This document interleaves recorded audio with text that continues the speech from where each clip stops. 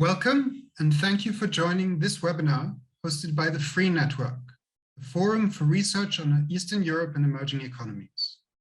My name is Jonathan Lehne, and I am a researcher at the Stockholm Institute of Transition Economics, the Stockholm-based node of this network. We have now passed the 100-day mark of Russia's invasion of Ukraine.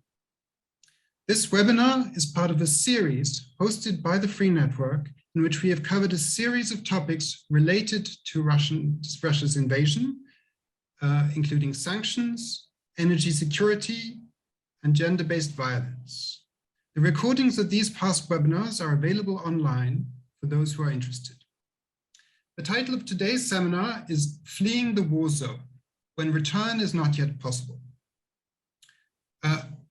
This is actually the second webinar in this series to deal with the refugee crisis, but as this was one of the key aspects of the human suffering initiated by this war, and the first webinar took place as events were really unfolding at the beginning of March, we believe it is appropriate to revisit this topic and hear from experts who can describe the developments in recent months. And today's experts, whom we're very happy to welcome, are Hanna Vakhitova, who is a professor at the Kyiv School of Economics, and Maciej Duszczyk, professor at the Faculty of Political Science and International Studies at the University of Warsaw. Hello, everybody.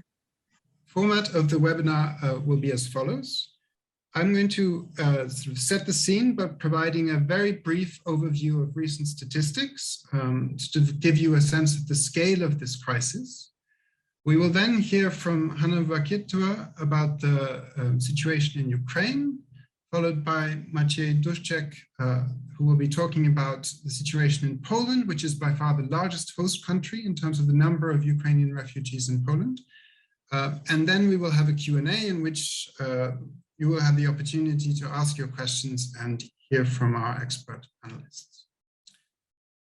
So without further ado, and I should say that if you have questions, please post those questions in the chat of the Q&A, and we will then ask those questions at the end.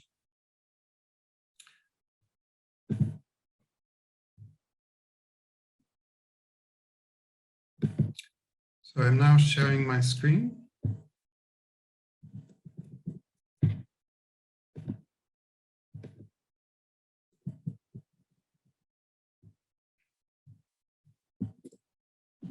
So I hope this is visible to all of you.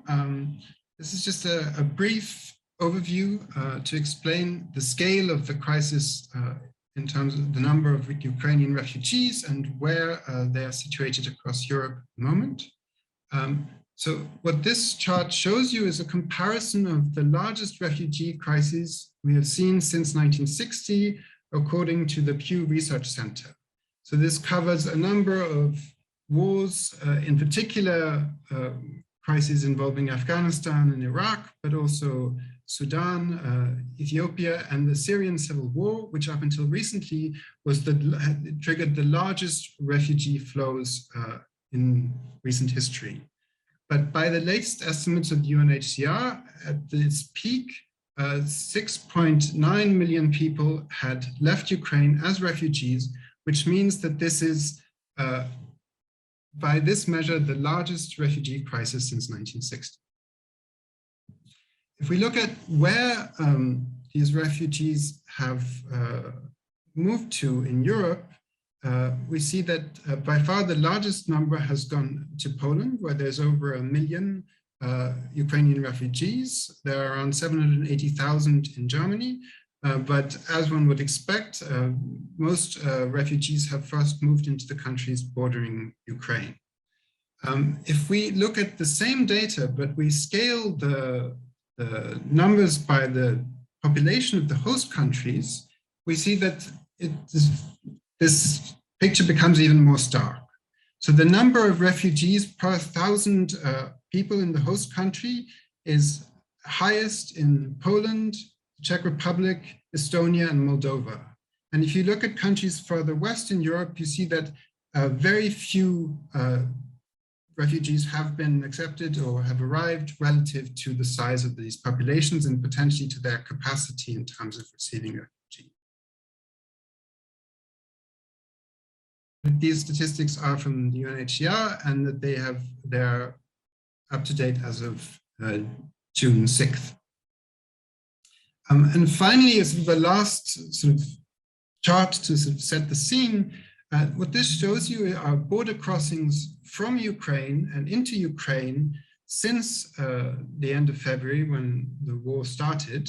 And so in blue, you see the refugee or border crossings out of Ukraine. In orange, with the axis flipped, you see crossings into Ukraine. And this is not a perfect measure of refugee flows because there are other reasons why people are crossing the border, but you see this very stark departure and very large numbers of people leaving the country in the early weeks of the war, roughly 200,000 a day at its peak. And this has gone down to a rough average around 50,000 a day, but these outflows have remained sort of steady in recent months. And if you look at the net flows, so the number departing minus the number entering Ukraine, you see that there continues to be a net outflow of people from the country. So the scale of the refugee crisis continues to grow. So this was just a very brief overview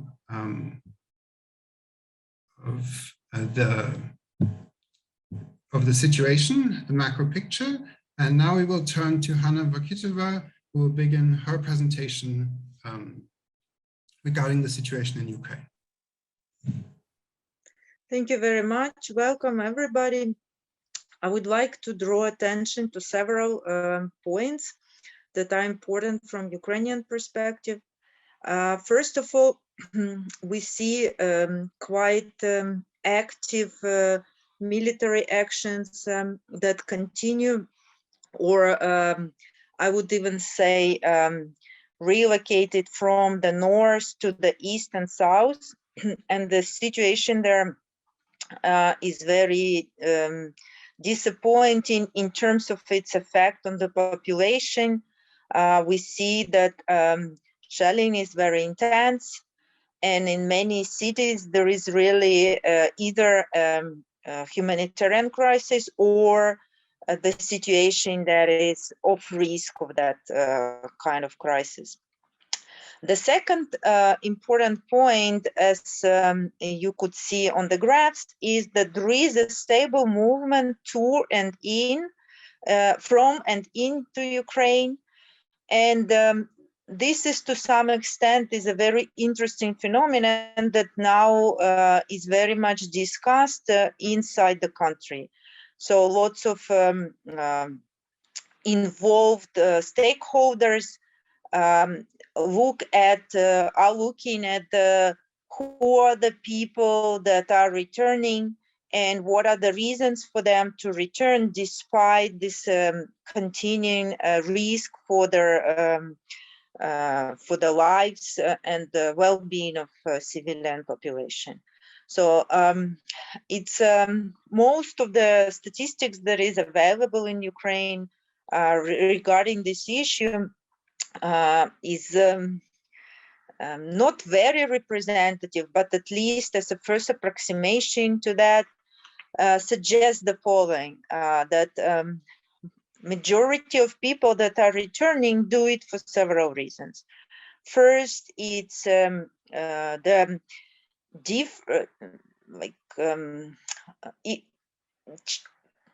perception of the risk, the perception of the danger associated with the return. So people that are returning, they are mostly returning to the territories that were liberated, and they consider that relative to the moment when they left, the risks are down.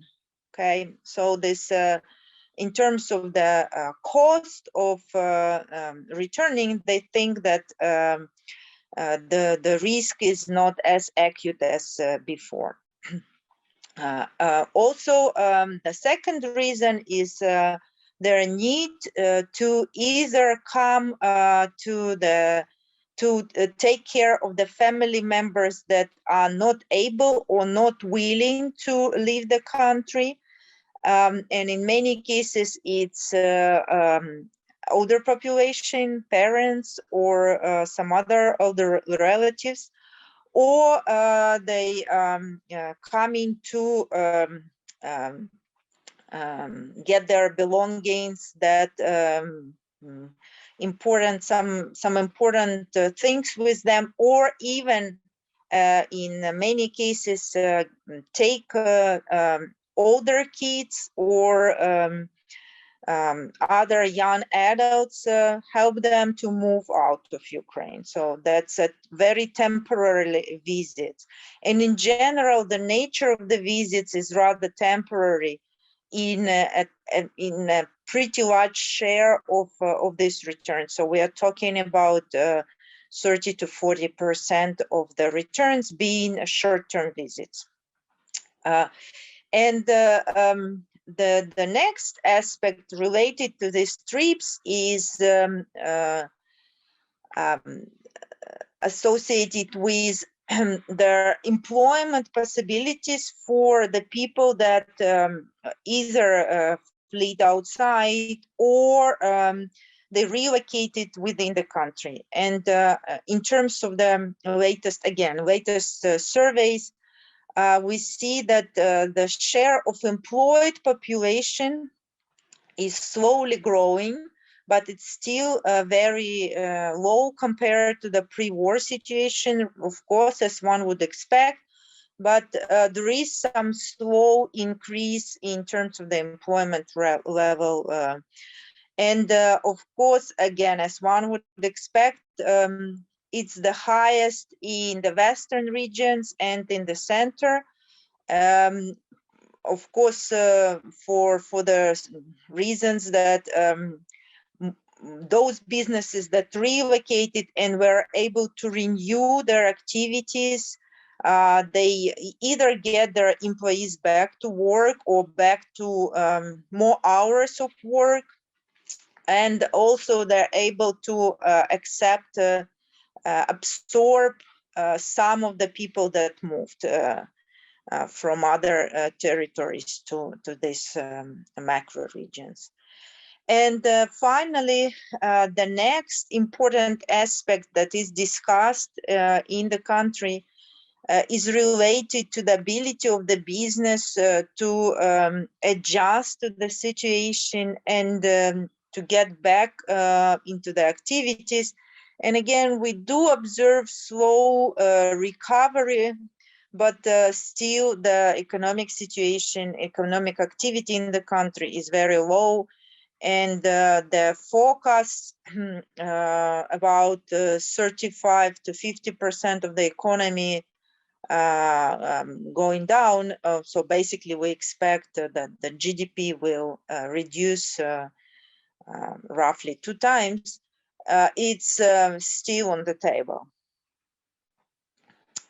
That's pretty much a summary of the situation from Ukrainian perspective.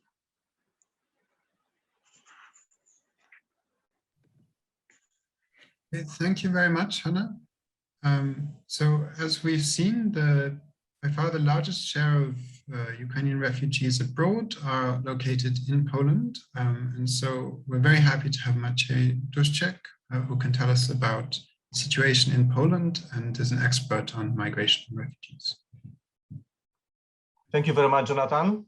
And hello, everyone. So thank you very much again for this invitations. I had this pleasure to present the first results, I think so 6 or 7 weeks ago during the seminar. And now, of course, we know a little bit more about the situation, about the current situation in Poland, but still it is very difficult to predict what would happen in the near future. But we try to, of course, to collect all of the information which are available. But of course, still we have a lot of different problems. How to estimate, for example, how many refugees from Ukraine are staying now in Poland, because you, Jonathan, you showed us this the numbers from different countries, but and really we don't know, for example, how many people from Germany who were registered in Germany decided to, for example, to come back to Ukraine via Poland, for example, and or maybe people from Spain who had the problem with integration in Spain because, for example, this is difference in language, decided to come back to Poland because we have the similarity of language. This is the still, I can say, we are living in shadow. But of course, we try to do our best to highlight the situation. Maybe I will show you a few statistics, and I will share my screen with you to show the very short presentation. This is the only 2 figures and 1 table, I think.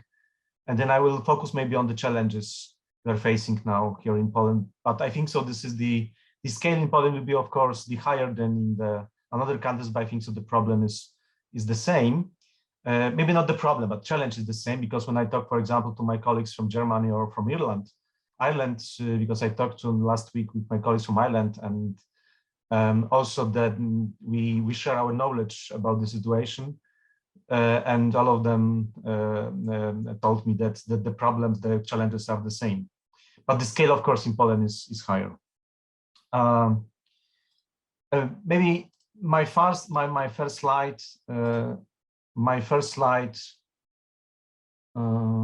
Okay, it's as follow. You know, this is for Poland, to be honest, the war started not in 2022, but 2014. This is the same like in Ukraine. Because, for example, the Poland changed our status from typical immigration country, especially after when we joined the European Union, into immigration one now. Because as you can see, this red line, and here is the 2014, the number of Ukrainians during the only 4 or 5 years increased about the 150 to 200%. And when we try to ask them why they decided to come to Poland, it was the 2 reasons: very good economic situation, very low unemployment rate. Another reason, it was the difficult economic situation in Ukraine and also the war.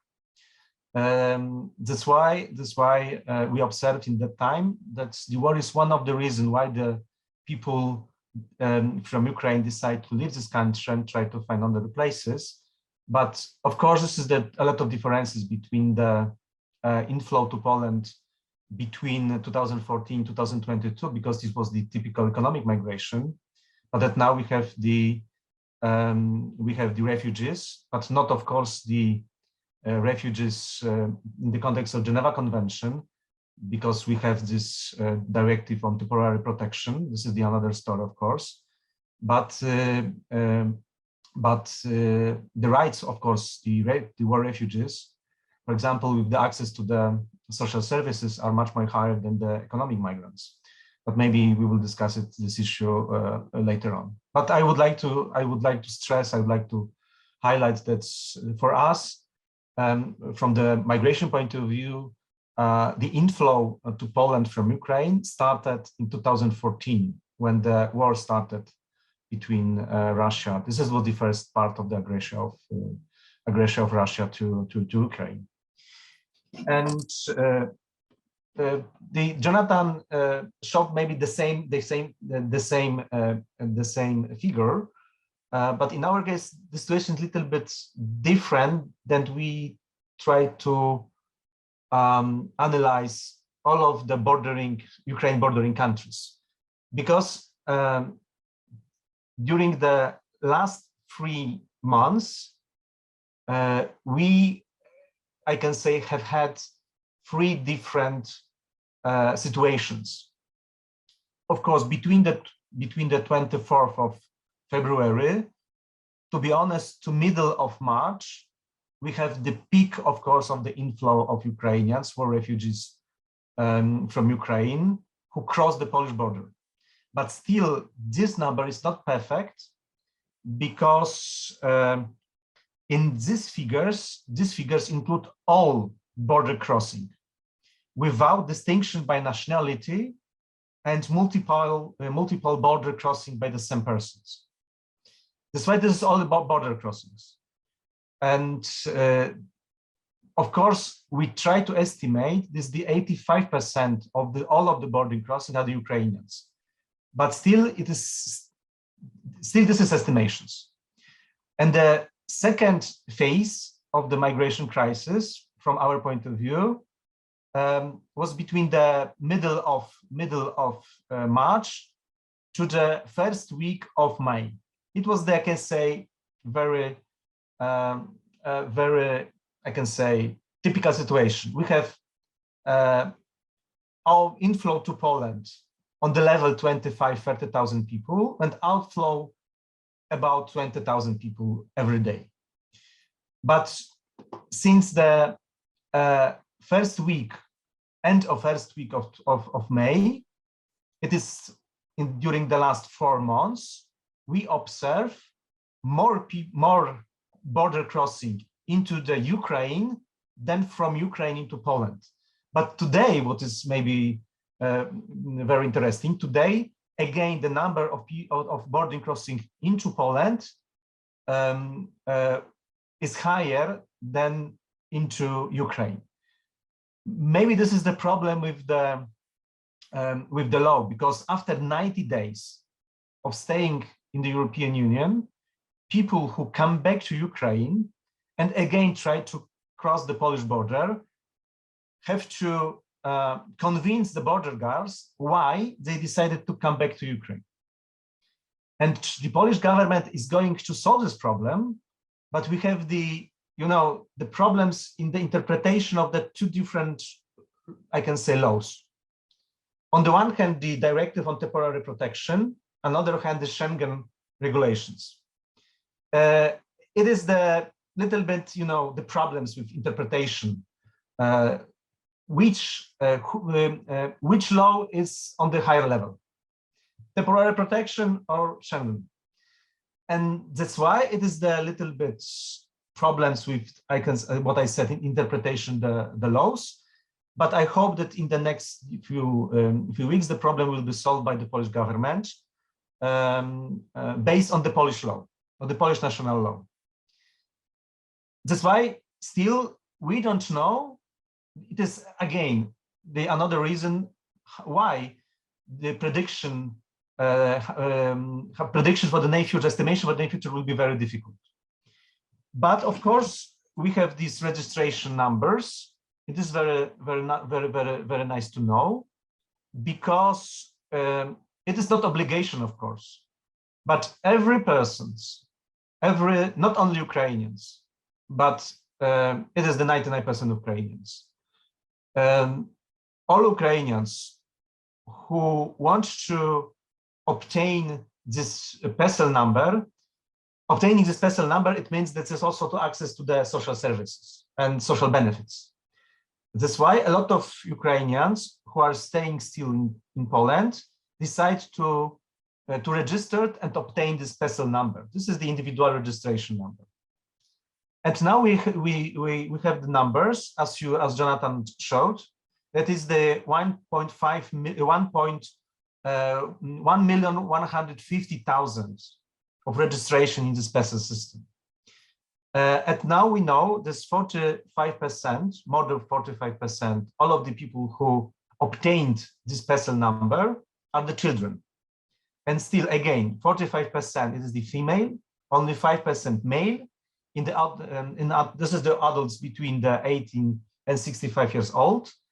And the adults over 65, we have only 3.6%. It is the information from the PESEL numbers.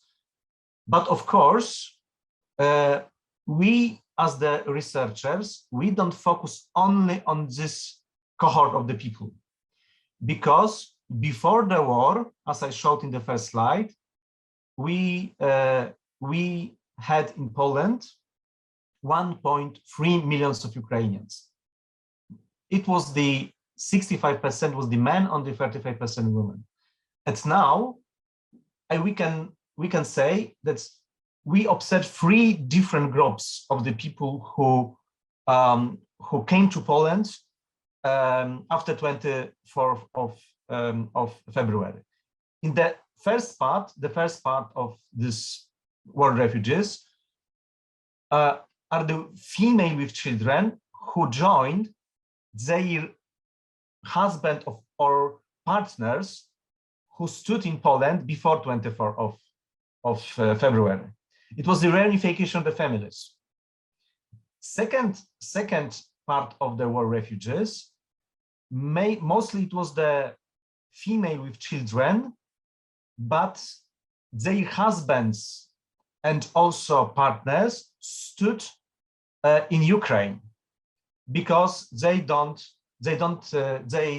couldn't cross the border because this is the national regulation Ukraine. And the first group of the people, they are the alone female with children and without children, but also the adults without any connections, any families in Poland. That's why we have the three groups. That's why if we try to, I can say, follow the discussion, how many of them will decide to stay in Poland during the next months, maybe years, it is absolutely necessary to know how big are these groups. And 40% of them are the female with children who joined their families, part of the families, the husbands of the partners. And in many cases, both parents, both adults have joined the labor market. That's why we think that most of them will decide to stay in Poland because they are a little bit already integrated in the Polish society.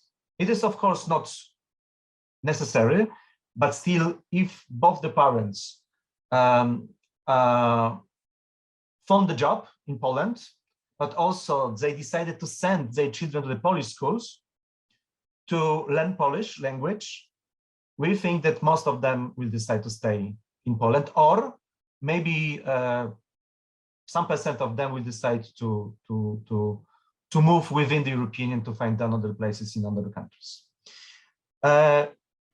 But of course, we are facing now, as Poland, on five, I can say, most important challenges.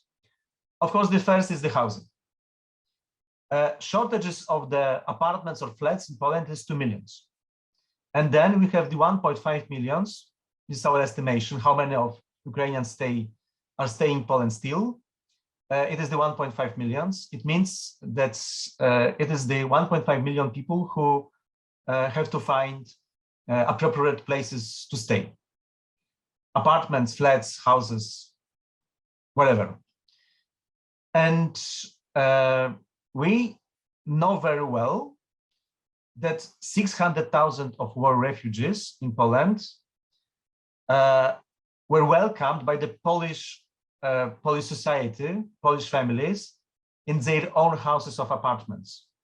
But this time is finished now because till 1st July 2022, government is paying for any day of staying of refugees from Ukraine in private apartments or private houses.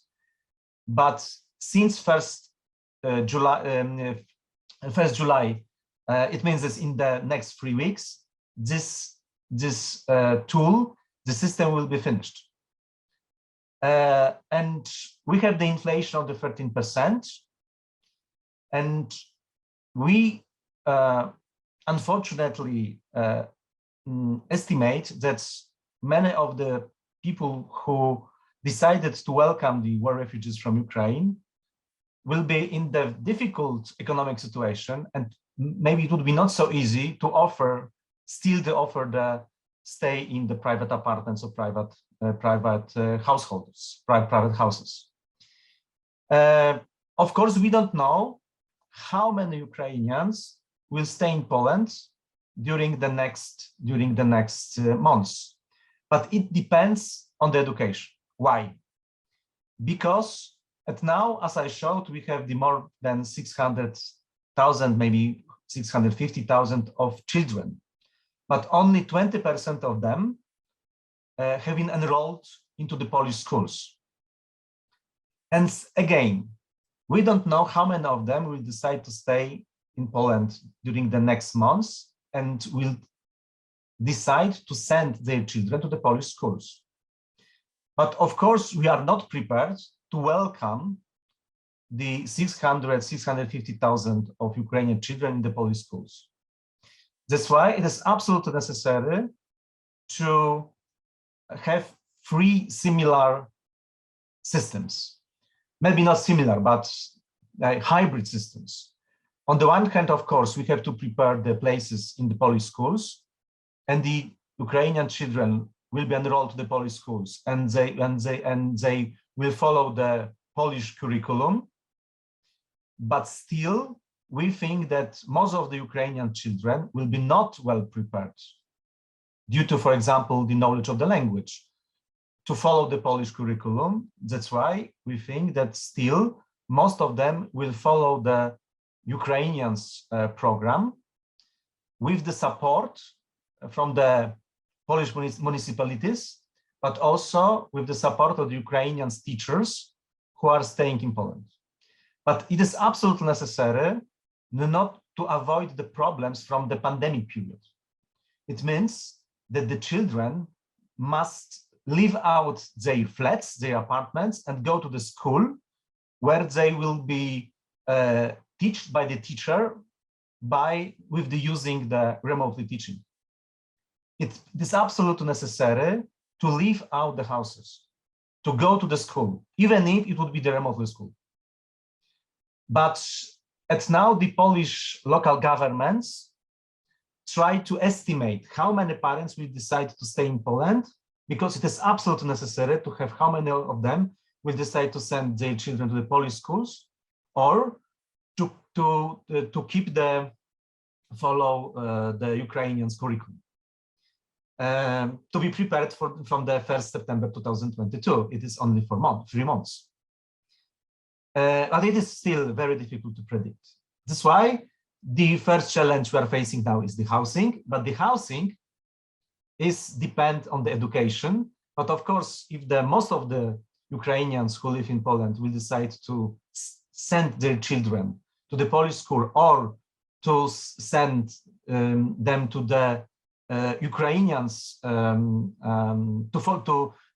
to decide to offer for the Ukrainian children to follow the Ukrainians program, but in Poland, it means that it would be the challenge for the housing to accommodate them, all of them in Poland. That's why this is these two challenges are complementary. Sorry. And next issue is the healthcare.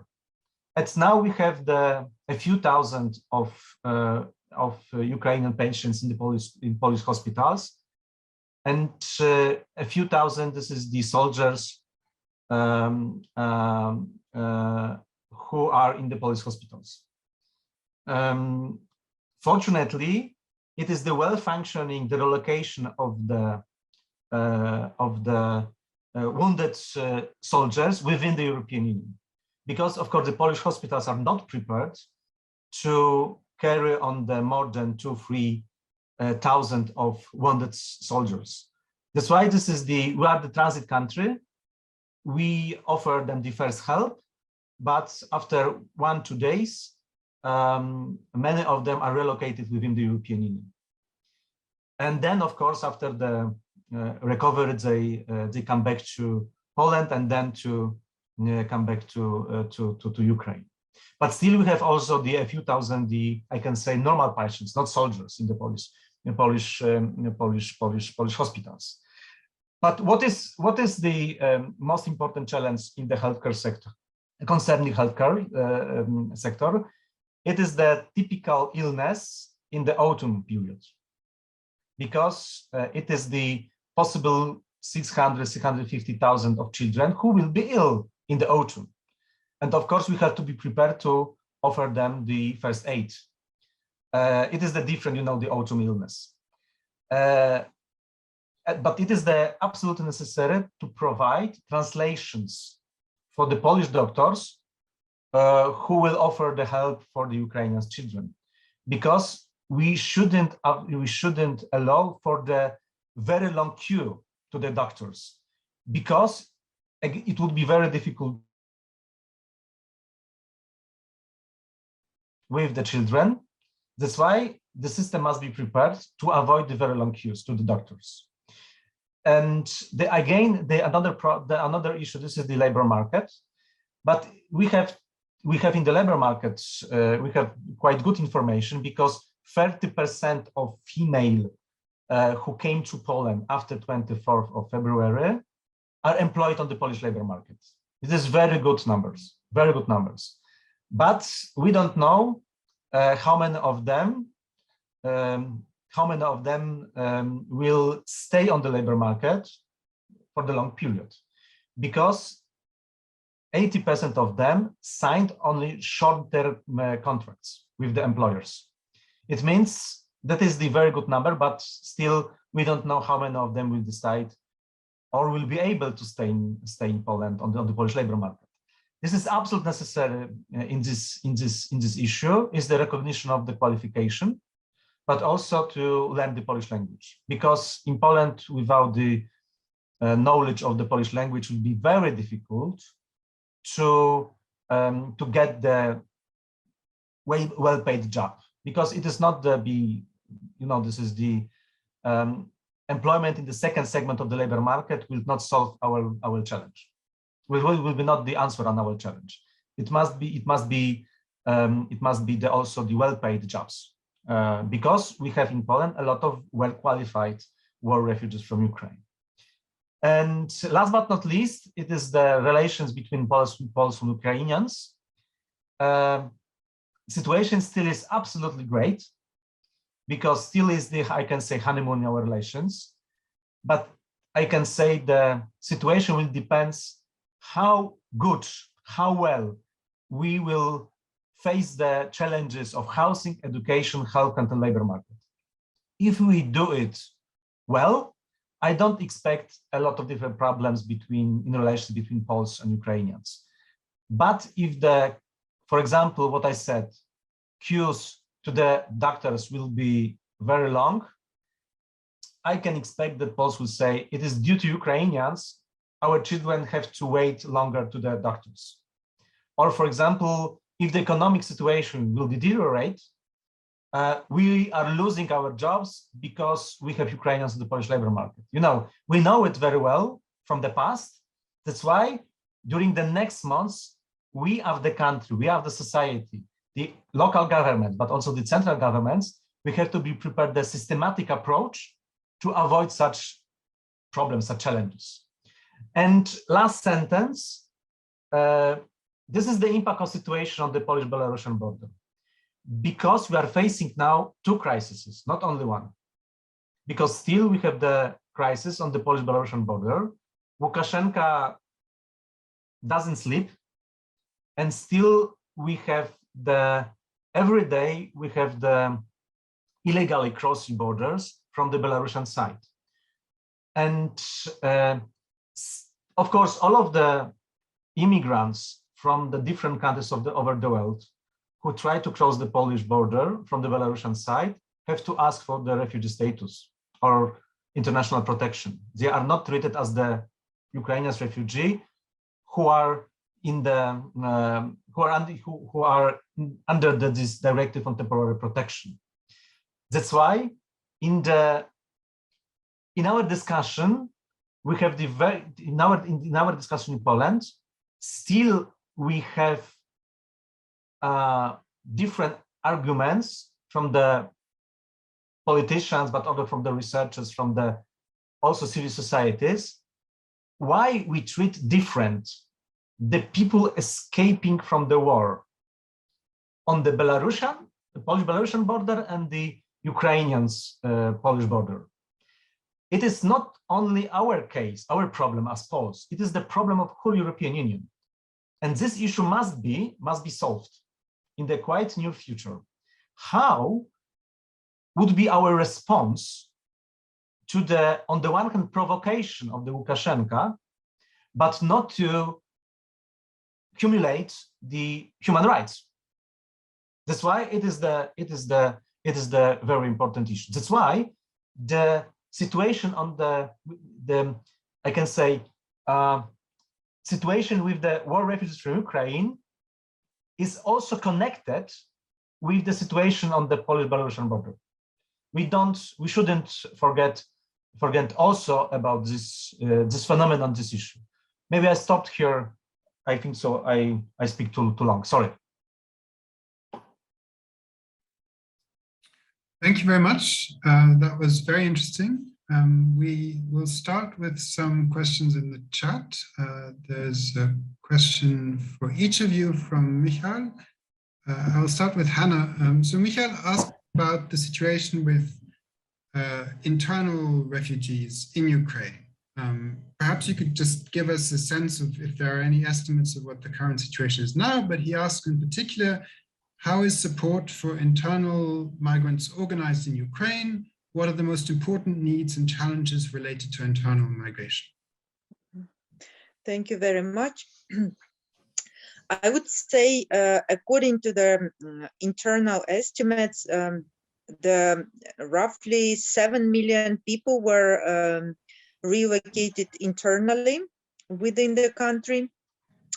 And according to the recent surveys, about 24% had moved to their original place of living. That's regarding the displaced within Ukraine. In terms of the government response, I would actually evaluate it quite high from my personal point of view. So I think at the very beginning, the support, and I'll get in a second to what was offered, the support was offered to all the displaced people. And the main mean of distribution of this support was through the application that government developed earlier. It's called DIA, and it allows you to register basically through this application, and many people did that even before the war, to get your electronic passport or to register your child birth certificate, your driving license, etc. So this environment allowed the government to quickly add additional features, and one of these features was the possibility to apply for the monetary support. The amounts were not high, but even if we look at the monetary support of refugees, it's also not high, and it makes sense. In either situation, you cannot offer a large amount of financial assistance, but at least some was offered. And originally, it was the only condition was that you were displaced. As situations started to develop and people started returning to their places of origin, government limited these payments to those displaced persons that whose original place is still under immediate military attack or military actions, while others were, I can say, disconnected from that support. Also, government contacted the businesses and said that if you employ displaced individuals, we will cover you the minimum wage. So you get fully paid the minimum wage on each displaced individual that you employ. People who were not able to, who became unemployed, who were officially employed employed and became unemployed. Even if they didn't move, they were also eligible for the support at lower administrative cost as well. And in addition to that, fees and offered credits at the lower rate to businesses, to support businesses that were affected by the war, by the invasion. Now it slowly starts to reduce the support, both in terms of taxes and, as I said, in terms of the eligibility among the population.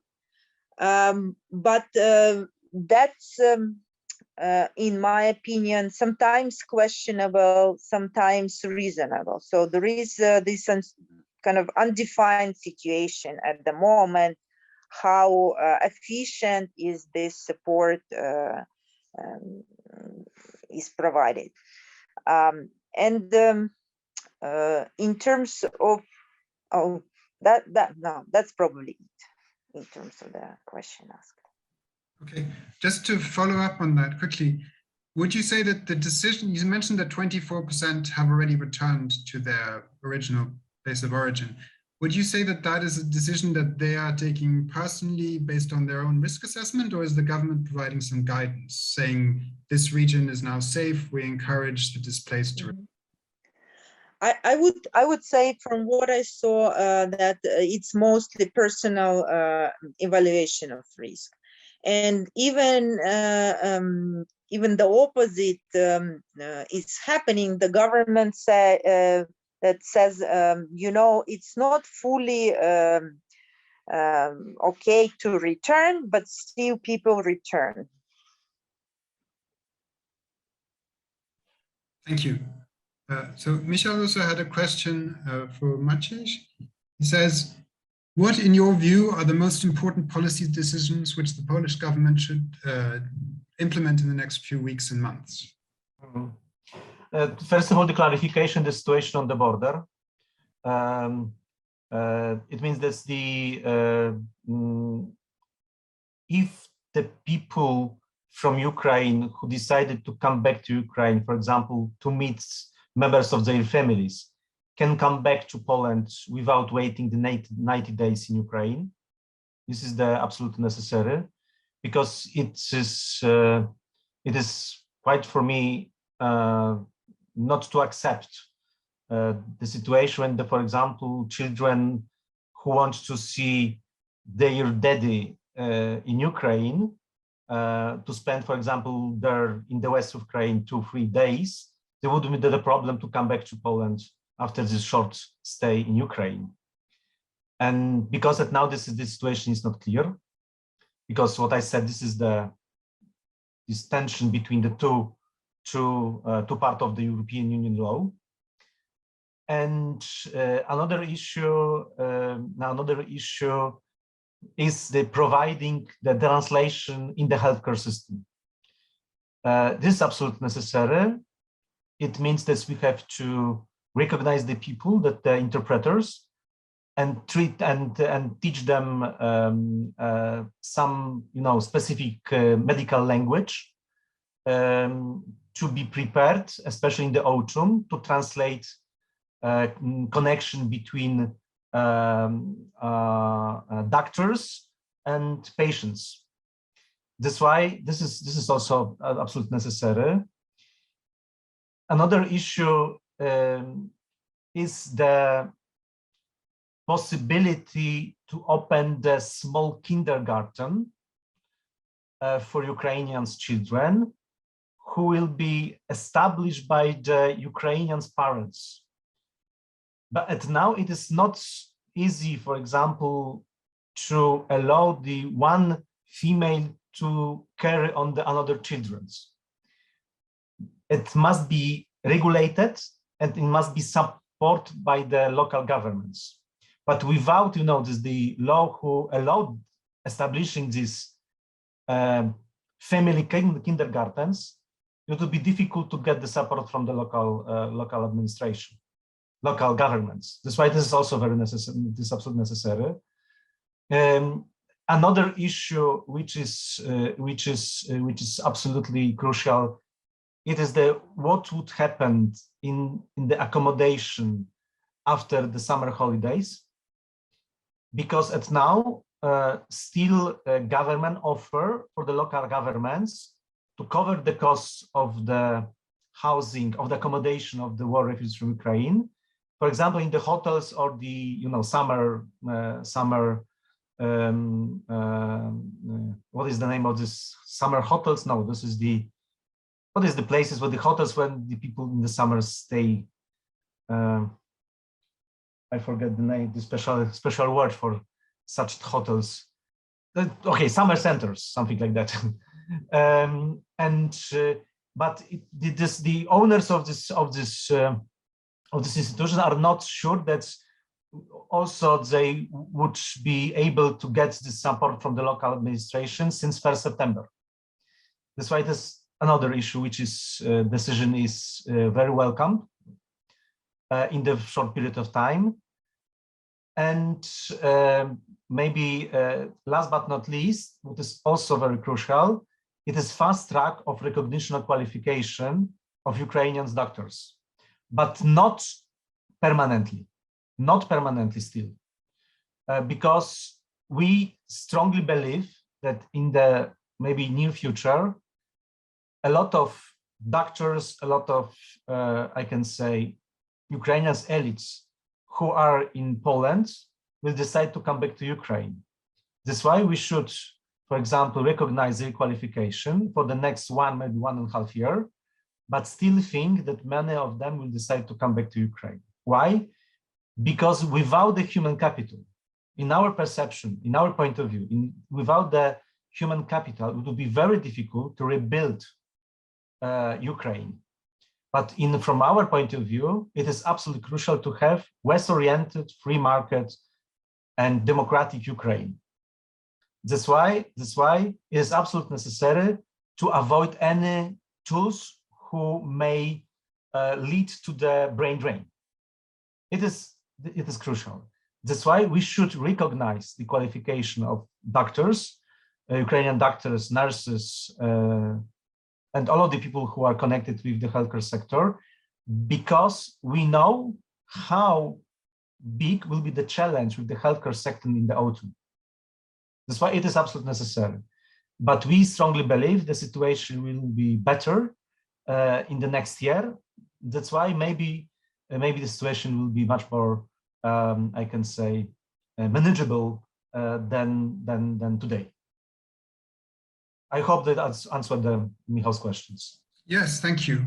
And so while we're on the topic of sort of policies, decisions that the Polish government faces, so you told us about a number of challenges in different policy areas, but it seems that there's a sort of an underlying challenge, which is that a lot of these things require investments in the long term, or at least the medium term, but the situation is highly volatile and unpredictable. So we don't know how quickly people will return, and local governments might not know what to expect, and to what extent is the central government giving them sort of guidance and helping them prepare for this? Because it's different managing a situation in the first weeks where you're setting up tents and it's an emergency versus thinking about education and healthcare in the medium term. This is we need something like what we can call systematic approach. We are in the migration crisis, and of course, it is impossible to offer all of the war refugees from Ukraine the private apartments. But it is the questions if we should be prepared to build, for example, the model houses for war refugees. I know very well how this solution is wrong, but still is much more better than to be homeless. That's why it is absolutely necessary to have in our pocket different, not welcomed, but still possible solutions. This is the same story with the education for the Ukrainian children in Poland. What is the goal? Not to allow to lose the next year for the Ukrainian children in education, because we know very well the situation in Jordan, in Lebanon, in Turkey. When the Ukrainian children, and not Ukrainians, countries from the Middle East or from Africa stay in the centers during the 3-4 years with no access to the school. What will be the future of these children? That's why it is absolutely necessary to have systematic approach how to offer education for the Ukrainian children in the good quality. Because, for example, if we try to offer access to the Polish schools for the Ukrainian children who don't speak fluent Polish, it will be next trauma for them. They are in the, very welcomed, of course, but still they are abroad. They don't speak very fluent Polish. They have the problem of understanding the teachers. That's why it will be the next trauma for them. It was possible, for example, for the six weeks, to be honest. But for the whole school year, it will be much more difficult. That's why we have to be prepared that not all of them will be able to come to the Polish schools. That's why, if we know it, for example, this I can tell you, I can show you, explain you the situation in Warsaw, because the Warsaw is preparing now the one special special school for the Ukrainian children who will follow the Ukrainians program. It will be the special places. It will be the 7 or 8 places over the Warsaw. That was what I said during my presentation. The children must kiss their mother, her or his mother, take the sandwich and come to school, even if it would be the computer. But it would be the possibility to keep the lowest quality, but still quality of teaching and learning. That's why this is the I can say also the response on your question. We need a systematic approach, but of course it is a lot of questions. How many of them will decide to send the children to the Polish school or the Polish or the Ukrainian school in Poland? How many of we know it we don't know how many children will stay, but if, for example, in the 1st September we will know this, it is, for example, 500,000 children, we should be prepared. That's 80% of them between 15 October and 15 November will be ill, because we will have the autumn. We will have the autumn. Global warming is coming, but not so fast. That's why it is quite obvious that we have to be prepared for the 500,000 children who will be ill. That's why this is still a systematic approach. We have to be prepared, not perfectly, because it is impossible, but we have to do our best. We have to do our best to be prepared as good as possible. Thank you. So we only have 2 minutes left. So a quick question to each of you. We've spoken about the governments in the respective countries, but what is the role of the Ukrainian diaspora? To what extent have they been sending money back to Ukraine and helping the situation there? And what has their role been in Poland in terms of welcoming refugees and helping with that effort? We have the two pictures, to be honest. On the one hand, we have the very well functioning the non-governmental organization, like the Ukrainian House, for example, who do absolutely fantastic job. Without their help, it would be impossible to manage the migration crisis, because it is interpreters, it is this is the book, this is the offering the special training for teachers and so on, so on. They do absolutely fantastic job. But on the other hand, we observed what we are observing now, what we have observed, for example, after we joined the European Union as Poland. This tension between the diaspora before joining the European Union and after joining the European Union. And we have the same story now. We had some tensions between, for example, the female who came to Poland before 24th of February, because they don't have access to the social benefits, and the female who came to Poland after 24th of February, who are the war refugees, treated as with the temporary protection. That's why we are observing now start of that little bit tension between the old diaspora and new diaspora. It is not serious problem now, but I can imagine that it might be the problem in the future. But at now, situation is still very, very good, I can say. And without what I said, without the Ukrainian non-governmental organization, it wouldn't be possible to manage the situation so good as we did it. Thank you. Hanna, do you have anything to add on the diaspora? I believe you are muted.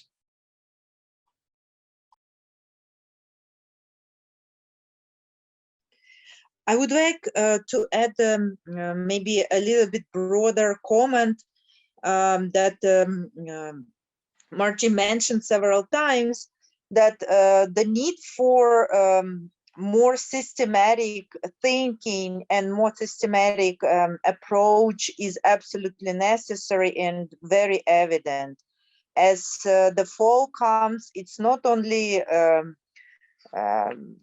health issues, but it's also the housing issues, the gas prices issues, access to the heating, etc. And geographically, both Ukraine and Poland are sensitive to the winter seasons and late fall season temperature and conditions. So it is absolutely important to develop quite quickly the maps of actions, and that should be a very systematic map. And also in terms of diaspora, I agree with Maciej that issues will intensify. Honeymoon does not last forever, and all these challenges will bring new challenges, if I may put it that way. Right.